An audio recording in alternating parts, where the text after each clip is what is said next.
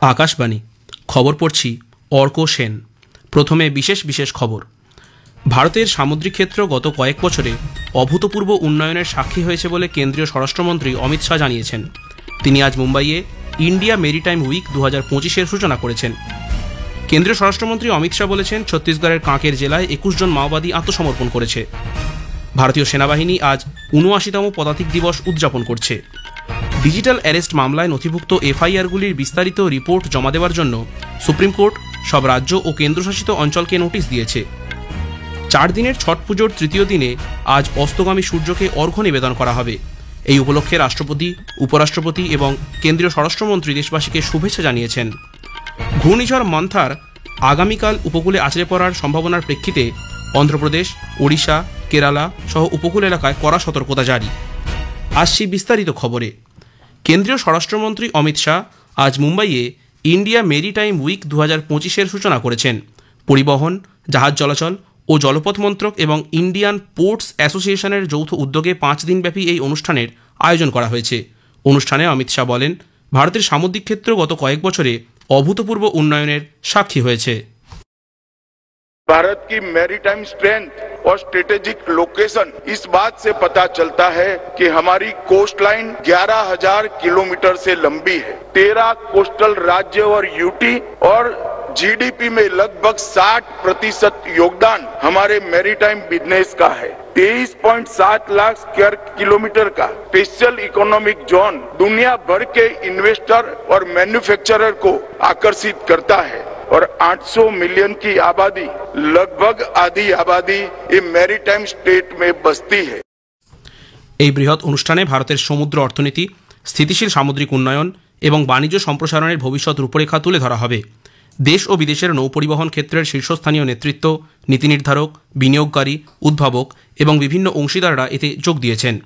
উদ্বোধনী অনুষ্ঠানে উপস্থিত ছিলেন মহারাষ্ট্রের মুখ্যমন্ত্রী দেবেন্দ্র ফড়নবিস, গুজরাতের মুখ্যমন্ত্রী ভূপেন্দ্র প্যাটেল, গোয়ার মুখ্যমন্ত্রী প্রমোদ সাওয়ান্ত এবং ওড়িশার মুখ্যমন্ত্রী মোহন চরণ মাঝি প্রমুখ। ছত্তিশগড়ের কাঁকের জেলায় 21 জন মাওবাদী আত্মসমর্পণ করেছেন বলে কেন্দ্রীয় স্বরাষ্ট্রমন্ত্রী অমিত শাহ জানিয়েছেন। সামাজিক মাধ্যমে এক পোস্টে শ্রী শাহ বলেন, এদের মধ্যে 13 জন বরিষ্ঠ মাওবাদী নেতা। 2026-এর 31শে মার্চের মধ্যে দেশ থেকে নকশালবাদ সম্পূর্ণ নির্মূল করার সরকারের পরিকল্পনার কথা উল্লেখ করে শ্রী শাহ বাকিদের আত্মসমর্পণের জন্য আবেদন জানান। ভারতীয় সেনাবাহিনীর আজ 79তম পদাতিক দিবস উদযাপন করছে। 1947 সালের আজকের দিনেই কাশ্মীর উপত্যকায় স্বাধীনতার পর প্রথম ভারতের পদাতিক বাহিনী বহিঃশত্রুর আক্রমণ প্রতিহত করেছিল। দেশের সার্বভৌমত্ব এবং আঞ্চলিক অখণ্ডতা রক্ষায় শিখ রেজিমেন্টের 1st ব্যাটালিয়নের বিমান শ্রীনগরে অবতরণ করে। ভারতীয় সেনাবাহিনীর এই সাহসী পদক্ষেপ এবং পদাতিক বাহিনীর পরাক্রম পাকিস্তানি হানাদারদের ভিন্ন পরিকল্পনাকে ব্যর্থ করে দেয়। এই উপলক্ষে পদাতিক বাহিনীর মহানির্দেশক লেফটেন্যান্ট জেনারেল অজয় কুমার সমস্ত প্রাক্তন এবং কর্তব্যরত সৈন্যদের শুভেচ্ছা জানিয়েছেন। এক বার্তায় তিনি বলেন, সেনাবাহিনীর বীরত্ব, অকুতোভয় মনোভাব, পেশাদারিত্ব এবং কর্তব্যের প্রতি অবিচল নিষ্ঠা প্রশংসনীয়। ডিজিটাল অ্যারেস্ট মামলা সংক্রান্ত ফার্স্ট ইনফরমেশন রিপোর্ট এফআইআর-এর বিস্তারিত জানতে সব রাজ্য ও কেন্দ্রশাসিত অঞ্চলগুলোতে আজ নোটিশ জারি করেছে সুপ্রিম কোর্ট। ডিজিটাল অ্যারেস্টের ঘটনায় দুর্বৃত্তরা লক্ষ লক্ষ টাকা হাতিয়ে নেওয়ার ঘটনায় সর্বোচ্চ আদালত সব মামলাগুলিকে কেন্দ্রীয় তদন্তকারী সংস্থা সিবিআইকে হস্তান্তর করার কথাও চিন্তা করছে বলে খবর। দেশ জুড়ে সব মামলার তদন্ত করতে পারবে কিনা সেই বিষয়ে সিবিআইয়ের কাছে জানতে চেয়েছে সুপ্রিম কোর্ট। আদালত স্বতঃপ্রণোদিত হয়ে ডিজিটাল অ্যারেস্টের মামলার শুনানি শুরু করেছে চলতি মাসের 17 তারিখ থেকে। সর্দার বল্লভভাই প্যাটেলের 150তম জন্মবার্ষিকীতে তাঁর স্মৃতির উদ্দেশ্যে এ মাসের 31 তারিখ কেন্দ্রীয় সরকারের উদ্যোগে রান ফর ইউনিটি বা ঐক্যের জন্য দৌড় অনুষ্ঠিত হবে। সমাজ মাধ্যমের এক বার্তায় প্রধানমন্ত্রী নরেন্দ্র মোদী দেশের জনগণকে এই অনুষ্ঠানে অংশগ্রহণ করার ও বল্লভভাই প্যাটেলের এক ভারতের আদর্শের কথা তুলে ধরার আর্জি জানিয়েছেন। প্রতিরক্ষামন্ত্রী রাজনাথ সিং বলেছেন, ভারতের প্রতিরক্ষা সরঞ্জাম উৎপাদনে বেসরকারি ক্ষেত্রের অংশগ্রহণ বিশেষ উল্লেখযোগ্যভাবে বেড়েছে। ভারতের প্রতিরক্ষা সরঞ্জাম রফতানির পরিমাণ বেড়ে 23,500 কোটি টাকায় পৌঁছেছে বলেও তিনি জানান। নতুন দিল্লিতে SIDM বার্ষিক সম্মেলনে তিনি আজ বলেন, দেশীয় প্রতিরক্ষা সরঞ্জাম উৎপাদনের পরিমাণ গত এক দশকে রেকর্ড 1.5 লক্ষ কোটি টাকা বৃদ্ধি পেয়েছে এবং বেসরকারি ক্ষেত্র থেকে 33,000 কোটি টাকা বিনিয়োগ করা হয়েছে। অপারেশন সিন্দুরের সাফল্য তুলে ধরে তিনি বলেন, আকাশ মিসাইল সিস্টেম, ব্রাহ্মোস, আকাশতীর ইত্যাদি দেশীয় প্রযুক্তিতে তৈরি যুদ্ধ সরঞ্জাম যথেষ্ট ভালোভাবে তাদের ক্ষমতা প্রদর্শন করেছে। দেশীয় প্রযুক্তিতে তৈরি এই ব্যবস্থাগুলি ভারতের মর্যাদা বিশ্বক্ষেত্রে তুলে ধরছে ও আত্মনির্ভর করে গড়ে তুলতেও সাহায্য করছে বলে মন্তব্য করেন প্রতিরক্ষামন্ত্রী। भारत सोने की चिड़िया इसलिए कहलाता था क्योंकि हम अपनी जरूरतों के लिए बाहर की ओर नहीं देखते थे, उसे अपनी ही जमीन पर पूरा करते थे। इसलिए भारत सोने की चिड़िया कहा जाता था। मैन्युफैक्चरिंग और हाई टेक्नोलॉजी में इंडिजिनाइजेशन को प्रायोरिटी देकर हमने उसी परंपरा को आधुनिक रूप देने का प्रयास किया है। हमने अपने डोमेस्टिक प्रोडक्ट्स और सर्विसेज पर भरोसा किया है और जिसके शानदार परिणाम हमें देखने को मिल रहे हैं। উপরাষ্ট্রপতি সিপি রাধাকৃষ্ণন আগামীকাল থেকে 3 দিনের তামিলনাড়ু সফরে যাচ্ছেন। উপরাষ্ট্রপতি হওয়ার পর এটিই তাঁর প্রথম তামিলনাড়ু সফর। তার এই সফরে কোয়েম্বাটুর, তিরুপ্পুর, মাদুরাই ও রামান্থপুরমে একাধিক কর্মসূচিতে যোগ দেবেন উপরাষ্ট্রপতি। আগামীকাল প্রথমে কোয়েম্বাটুর বিমানবন্দরে পৌঁছবেন উপরাষ্ট্রপতি। সেখানে নাগরিক মঞ্চের তরফে তাঁকে সংবর্ধনা দেওয়া হবে। এরপর টাউন হল কর্পোরেশন বিল্ডিংয়ে মহাত্মা গান্ধীর মূর্তিতে শ্রদ্ধা জানাবেন তিনি। বিদেশমন্ত্রী এস জয়শঙ্কর আজ মালয়েশিয়ার কুয়ালালামপুরে 20তম পূর্ব এশিয়া শিখর সম্মেলনে ভারতের প্রতিনিধিত্ব করবেন। ভারত প্রশান্ত মহাসাগরীয় অঞ্চলে শান্তি, সমৃদ্ধি ও স্থিতাবস্থা বজায় রাখার জন্য এবং সমসাময়িক আঞ্চলিক ও আন্তর্জাতিক নানা বিষয় নিয়ে এই সম্মেলনে অংশগ্রহণকারী নেতৃবৃন্দ মত বিনিময় করবেন। এর আগে বিদেশমন্ত্রী গতকাল আসিয়ান শীর্ষ সম্মেলনে যোগ দেওয়ার পাশাপাশি বিশ্বের বিভিন্ন দেশের নেতৃত্বের সঙ্গে আলোচনায় অংশ নেন। সীমান্ত সুরক্ষা বাহিনী জম্মু কাশ্মীরের জম্মু, কাঠুয়া এবং সাম্বা জেলার আন্তর্জাতিক সীমান্ত এলাকায় 135 ফুট প্রশস্ত বাঁধ এবং সীমান্ত পর্যবেক্ষণ পোস্ট তৈরির জন্য অধিগ্রহণ করার জমির ক্ষতিপূরণ প্রদানের জন্য তহবিল প্রকাশ করেছে। কেন্দ্রীয় মন্ত্রী ডক্টর জিতেন্দ্র সিং সামাজিক মাধ্যমে এক পোস্টে জানিয়েছেন, জম্মুর বিভাগীয় কমিশনার রমেশ কুমার এবং সংশ্লিষ্ট জেলা প্রশাসকদের মাধ্যমে বৈধ জমির মালিকদের কাছে ক্ষতিপূরণের অর্থ বিতরণ করা হবে। জম্মু ও কাশ্মীরের উপরাজ্যপালের নির্দেশে 4 বছর স্থগিত থাকার পর রাজ্যের প্রধান প্রশাসনিক দফতর ও নথিপত্র জম্মুতে স্থানান্তকরণের কাজ শুরু হয়েছে। আকাশবাণীর জম্মু সংবাদদাতা জানিয়েছেন, এই প্রশাসনিক দফতর স্থানান্তকরণের কাজ যা দরবার মুভ নামে পরিচিত, তার প্রাক্কালে রাস্তাঘাট সারাইয়ের কাজ চলছে। রাজভবন ও অন্যান্য প্রশাসনিক দফতরে নিরাপত্তার কাজও চলছে। খবর শুনছেন আকাশবাণী থেকে। 4 দিনের ছট পুজোর তৃতীয় দিনে আজ অস্তগামী সূর্যকে অর্ঘ্য নিবেদন করা হবে। দিনটি সন্ধ্যা অর্ঘ্য নামেও পরিচিত। সূর্য যে আলো, উষ্ণতা এবং শক্তি প্রদান করে, এর মধ্য দিয়ে তার প্রতি কৃতজ্ঞতা প্রকাশ করা হবে। এই উপলক্ষে আজ দেশবাসীকে শুভেচ্ছা জানিয়েছেন রাষ্ট্রপতি দ্রৌপদী মুর্মু, উপরাষ্ট্রপতি সিপি রাধাকৃষ্ণন এবং কেন্দ্রীয় স্বরাষ্ট্রমন্ত্রী অমিত শাহ। সামাজিক মাধ্যমে এক বার্তায় রাষ্ট্রপতি বলেছেন, সূর্য দেবতা ও ছাটি মাইয়ার উপাসনা করা হয় এই পুজোর মাধ্যমে এবং ধন্যবাদ জানানো হয় প্রকৃতিকে। উপরাষ্ট্রপতি সিপি রাধাকৃষ্ণন ছট পুজোকে আধ্যাত্মিক শক্তি, সামাজিক একতা ও প্রাকৃতিক ভারসাম্যের প্রতীক হিসেবে ব্যাখ্যা করেছেন। সামাজিক মাধ্যমে এক বার্তায় কেন্দ্রীয় স্বরাষ্ট্রমন্ত্রী অমিত শাহ ছটবাসী উপলক্ষে দেশবাসীকে শুভেচ্ছা জানিয়েছেন। সামুদ্রিক ঘূর্ণিঝড় মন্থা পশ্চিম উত্তর পশ্চিম দিকে অগ্রসর হচ্ছে। আগামীকাল সকালের মধ্যে তা অতি শক্তিশালী ঘূর্ণিঝড়ে পরিণত হয়ে সন্ধ্যের মধ্যে অন্ধ্র উপকূলের মছলিপত্তম ও কলিঙ্গপত্তনমের মধ্য দিয়ে স্থলভাগ অতিক্রম করবে। সামুদ্রিক ঘূর্ণিঝড় মন্থা দক্ষিণ পশ্চিম এবং সংলগ্ন দক্ষিণ পূর্ব বঙ্গোপসাগরের ওপর অবস্থান করছে। গতরাতেই দক্ষিণ পূর্ব বঙ্গোপসাগরের ওপর তৈরি হওয়া অতি গভীর নিম্নচাপটি ঘূর্ণিঝড়ে পরিণত হয়। শেষ রেডার পর্যবেক্ষণ অনুযায়ী তা বিশাখাপত্তনম থেকে 740 কিলোমিটার দক্ষিণ দক্ষিণ পূর্বে এবং গোপালপুর থেকে 860 কিলোমিটার দক্ষিণে অবস্থান করছে। এর সময় এর গতিবেগ ঘন্টায় 90 থেকে 100 কিলোমিটার হওয়ার সম্ভাবনা রয়েছে। ওড়িশার রাজস্ব ও দুর্যোগ ব্যবস্থাপনা মন্ত্রী সুরেশ পূজারি গতকাল এক উচ্চ পর্যায়ের বৈঠকে ঘূর্ণিঝড় মন্থার মোকাবিলার রাজ্যের প্রস্তুতি পর্যালোচনা করেন। বৈঠক শেষে সংবাদ মাধ্যমকে তিনি জানান, দক্ষিণ ওড়িশার 8টি জেলা মালকানগিরি, কোরাপুট, রায়গাড়া, গঞ্জাম, গজপতি, কন্ধমাল, কালাহান্ডি এবং নবরঙ্গপুর সবচেয়ে বেশি প্রভাবিত হতে পারে বলে আশঙ্কা করা হচ্ছে। এই জেলাগুলিকে রেড জোন হিসেবে চিহ্নিত করা হয়েছে। ভারতের আবহাওয়া দফতর আইএমডি কেরালার কোঝিকোর, কান্নুর এবং কাসারগোড় জেলায় ভারী থেকে অতি ভারী বৃষ্টির ইঙ্গিত দিয়েছে। জারি হয়েছে কমলা সতর্কতা। বিচ্ছিন্নভাবে ভারী বৃষ্টিপাতের ফলে কেরালার আরও 7টি জেলায় আজ হলুদ সতর্কতা জারি করা হয়েছে।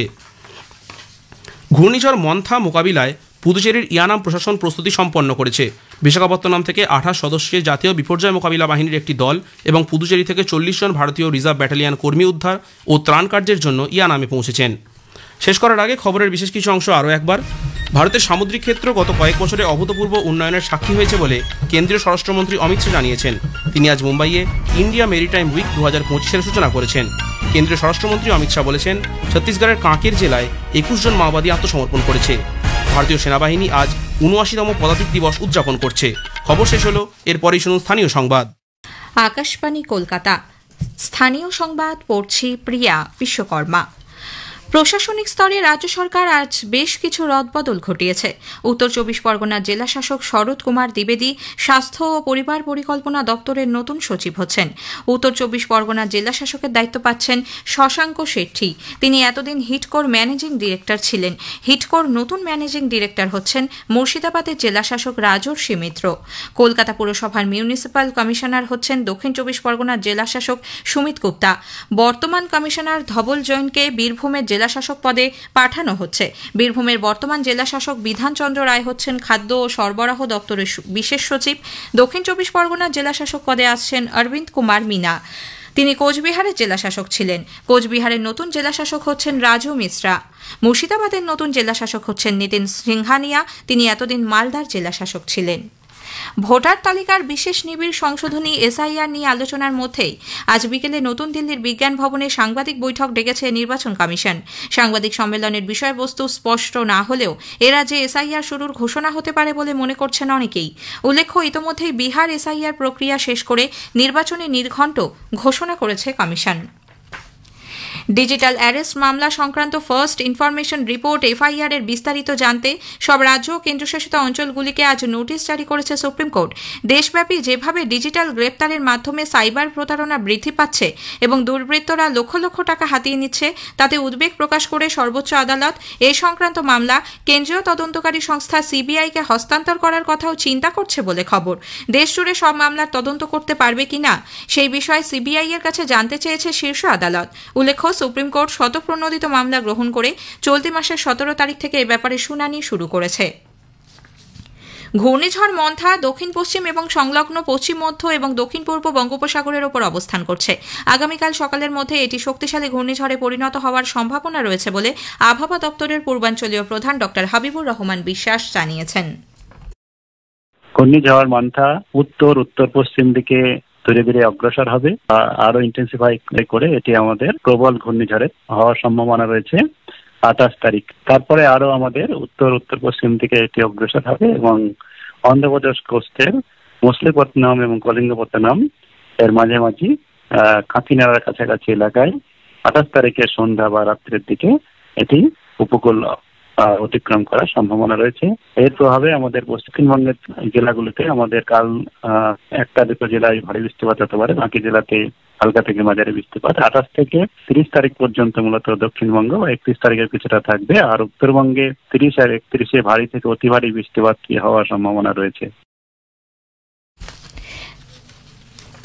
হাইকোর্ট এবং নিম্ন আদালতগুলির পরিকাঠামো সহ বিভিন্ন খাতে পর্যাপ্ত অর্থের অপ্রতুলতা নিয়ে আজও রাজ্যকে ভর্ৎসনা করেছে কলকাতা হাইকোর্ট। পুজোর ছুটির মধ্যে হাইকোর্ট প্রশাসনের সঙ্গে রাজ্যের অর্থ দপ্তরের সচিবের বৈঠকে সমস্যার সমাধান করার নির্দেশ থাকলেও সেই সমস্যার সম্পূর্ণ সুরাহা হয়নি।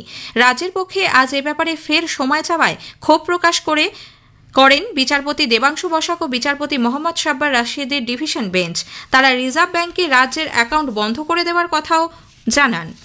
ডিভিশন বেঞ্চের নির্দেশ, 29 অক্টোবর এবং 6 নভেম্বর রাজ্য ও হাইকোর্ট প্রশাসনকে ফের বৈঠকে বসতে হবে।